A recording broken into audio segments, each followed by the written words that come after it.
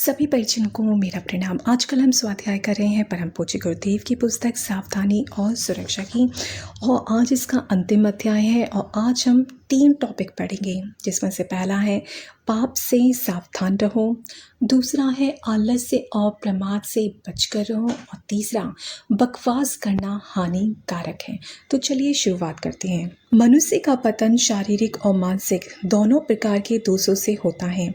हमको जिस प्रकार शारीरिक और व्यवहार संबंधी विषयों में सावधान रहने की आवश्यकता है, उसी प्रकार मानसिक दोषों से भी सतर्क रहने की आवश्यकता है। मानसिक दोष सूक्ष्म इंद्रियों के विषय होने के कारण अधिक कठिनता से दूर किए जा सकते हैं। मानसिक दोष ही वास्तविक पाप हैं, और उनसे प्रत्येक क्षण सावधान रहना, बचे रहना परमावश्यक है। काम, क्रोध, लोभ, मोह, असंतोष, निर्दयता, असंयम, अभिमान, शोक, स्पृहा, ईर्ष्या और निंदा, मनुष्य में रहने वाले ये बाहरी दोष तनिक सा अनुकूल अवसर पाते ही उत्तरोत्तर बढ़ने लगते हैं। मुनि सुनत सुजात के अनुसार, जैसे व्याघ्र मृगों को मारने का अवसर देखता हुआ उसकी टोह में लगा रहता है, उसी प्रकार इनमें से एक एक दोष मनुष्य का चित्र देखकर उस पर आक्रमण करता है। अपनी बहुत बड़ाई करने वाला, लोलुप, अहंकारी, क्रोधी, चंचल और आश्रितों की रक्षा न करने वाले, ये 6 प्रकार के मनुष्य पापी हैं। महान संकट में पड़ने पर भी ये निडर होकर इन पाप कर्मों का आचरण करते हैं। संभोग में ही मन रखने वाला, विषमता रखने वाला, अत्यंत भारी दान देकर पश्चाताप करने वाला, कृपण, काम की प्रशंसा करने वाला तथा स्त्रियों से द्वेष करने वाले, ये 7 और पहले के 6, ये 13 प्रकार के मनुष्य नरसंस वर्ग के कहे गए हैं। सावधान रहें। मनुष्य प्रायः 3 अंगों से पाप में प्रवृत्त होता है, शरीर, वाणी और मन द्वारा। इनके भी विभिन्न रूप हो सकते हैं, विभिन्न अवस्थाएं और स्तर हो सकते हैं। ये प्रत्येक मनुष्य का अधःपतन करने में समर्थ हैं। तीनों द्वार बंद रखें। शरीर, मन और वाणी का उपयोग करते हुए बड़ी सचेत रहें, कहीं ऐसा न हो कि आत्म संयम की स्थिरता आ जाए और पाप पथ पर चले जाएं। शरीर के पापों में वे समस्त दुष्कृत्य सम्मिलित हैं, जिन्हें रखने से ईश्वर के भव्य मंदिर रूपी भवसागर से पार कराने वाले पवित्र मानव शरीर को भयंकर हानि पहुंचती है। कंचन तुल्य काया में विकार उपस्थित हो जाते हैं, जिससे जीवितावस्था में ही मनुष्य नरक की यंत्रणाएं प्राप्त करता है। हिंसा प्रथम कायिक पाप है। आप सशक्त हैं तो हिंसा द्वारा अशक्त पर अनुचित दबाव डालकर पाप करते हैं। मद, ईर्ष्या, द्वेष आदि की उत्तेजना में आकर निर्बलों को दबाना, मारपीट या हत्या करना, जीवन को गहन अवसाद से भर लेना है। हिंसक की अंतरात्मा मर जाती है, उसे उचित अनुचित का विवेक नहीं रहता। उसकी मुख मुद्रा से क्रोध, घृणा, द्वेष की अग्नि निकला करती है। चोरी करना कायिक पाप है। चोरी का अर्थ भी बड़ा व्यापक है। किसी के माल को हड़पना, डकैती, रिश्वत आदि तो स्थूल रूप में चोरी है ही। पूरा पैसा पाकर अपना कार्य पूरी दिलचस्पी से न करना भी चोरी का ही एक रूप है।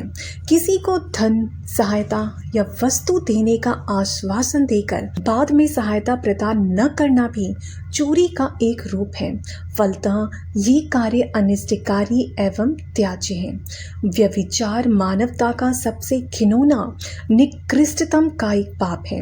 जो व्यक्ति व्यभिचार जैसे निंदे पाप पंक में डूबते हैं, वे मानवता के लिए कलंक स्वरूप हैं। आए दिन समाज में इस पाप की शर्माने वाली गंदी कहानियां और दुर्घटनाएं सुनने में आती रहती हैं। यह ऐसा पाप है जिसमें प्रवृत्त होने से हमारी आत्मा को महान दुख होता है। मनुष्य आत्मग्लानि का रोगी बन जाता है, जिससे आत्महत्या तक की दुष्प्रवृत्ति उत्पन्न होती है।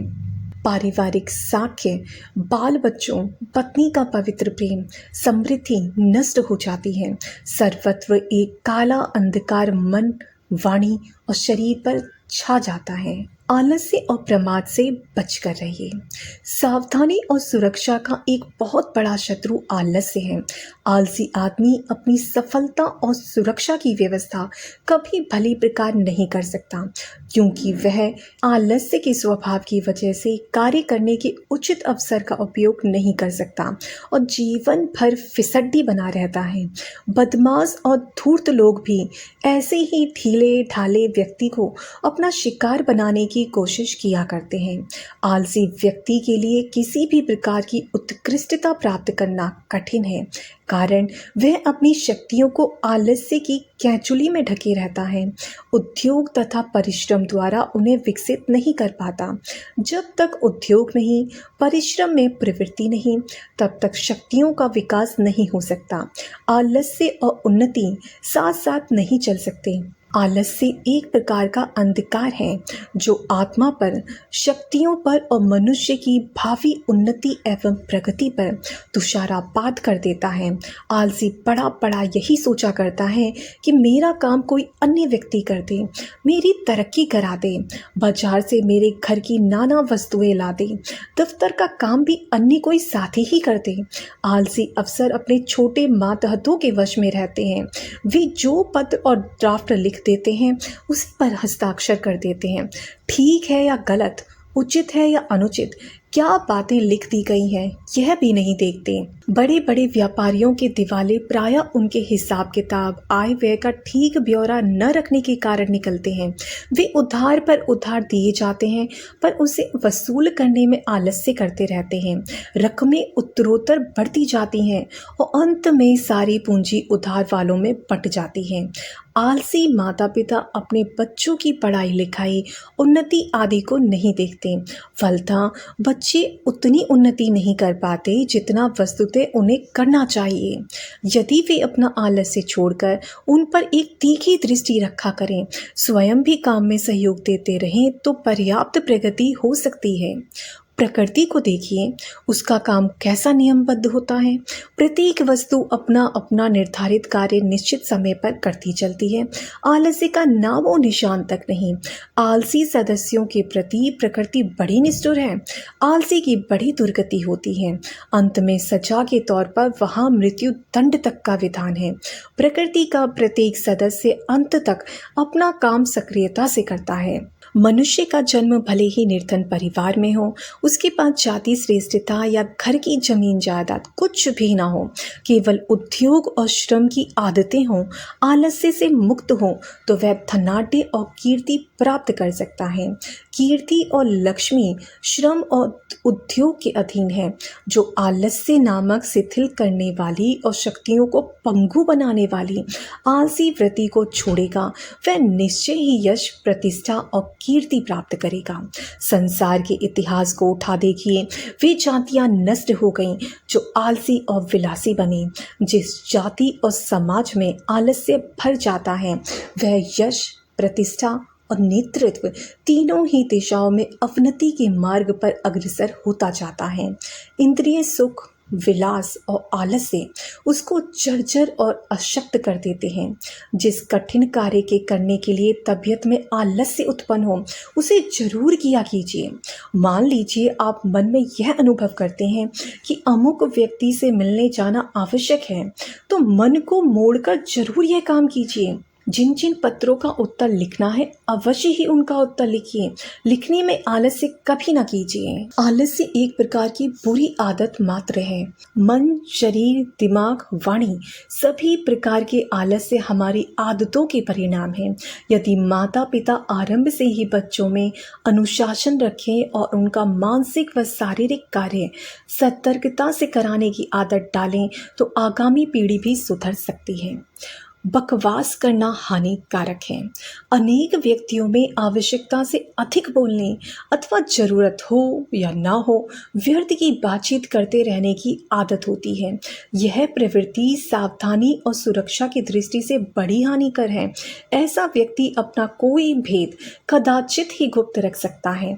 उसकी सभी योजनाएं अथवा कार्यक्रम पहले से सबको विदित हो जाते हैं और अगर किसी विरोधी की इच्छा हो तो वह उसे सहज में ही परास्त कर सकता है। इसके सिवा इस प्रकार की आदत होने से मनुष्य के मुंह से अनेक अप्रिय बातें भी निकल जाती हैं, जिनका परिणाम अशुभ होता है।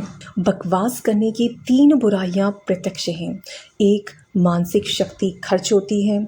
दूसरी, आत्मनिरीक्षण का अभाव होता है। तीसरी, भलाई न करके बुराई ही अधिक हो जाती है। इन तीनों बातों को निरंतर घटाना आवश्यक है। जब तक हम किसी प्रकार की आदत के बुरे परिणाम को ठीक से मन में नहीं बिठा लेते, वह आदत नहीं छूटती। उसे छुड़ाने के लिए अपने अचेतन मन में परिवर्तन करना आवश्यक है। जिस बात का लक्ष्य, क्रम और समय निश्चित हो, वह बकवास नहीं है। पर जब हम साधारणतः समाज में आते हैं, तब ना तो हमारे बातचीत करने का कोई लक्ष्य होता है, न उसके विभिन्न पहलुओं का कोई क्रम होता है और न कोई समय की अवधि होती है। ऐसी अवस्था में मानसिक शक्ति का संचय नियम के पालन से होता है। मनुष्य जन्म सर्वश्रेष्ठ माना गया है। इसमें आदमी जितनी भौतिक और आत्मिक उन्नति कर सकता है, उतनी और किसी योनि में संभव नहीं। पर यह तभी संभव हो सकता है जबकि मनुष्य सदैव सावधान और सतर्क रहे। जागरूक व्यक्ति ही अवसर से लाभ उठाकर अग्रसर हो सकता है और विघ्न बाधाओं से अपनी रक्षा कर सकता है। असावधान, बेखबर, आलसी, लापरवाह व्यक्ति कभी उन्नति नहीं कर सकते। इसलिए उन्नति की कामना रखने वाले समझदार व्यक्ति का कर्तव्य है कि वह सदैव सावधान रहे। तो ये था हमारे परम पूज्य गुरुदेव की पुस्तक सावधानी और सुरक्षा का अंतिम अध्याय। आशा करती हूँ कि ये पुस्तक आपको अच्छी लगी होगी। अगर अच्छी लगी है तो हो सके तो इसके सारे ही जितने भी चैप्टर इसमें थे, हमारी 7 वीडियो इसके ऊपर बन चुकी हैं। ये सारी ही आपको मेरे चैनल की प्लेलिस्ट सावधानी और सुरक्षा में मिल जाएगी। आप इनको एक साथ भी सुन सकते हैं और प्लेलिस्ट पर जब आप क्लिक करेंगे तो वहाँ पर जितनी भी मेरी वीडियोस हैं उन सभी की प्लेलिस्ट आपको मिल जाएगी। तो आशा करती हूँ आप इन्हें सुनने का प्रयास करेंगे। सभी को प्रणाम। जय गुरुदेव, जय श्री राम।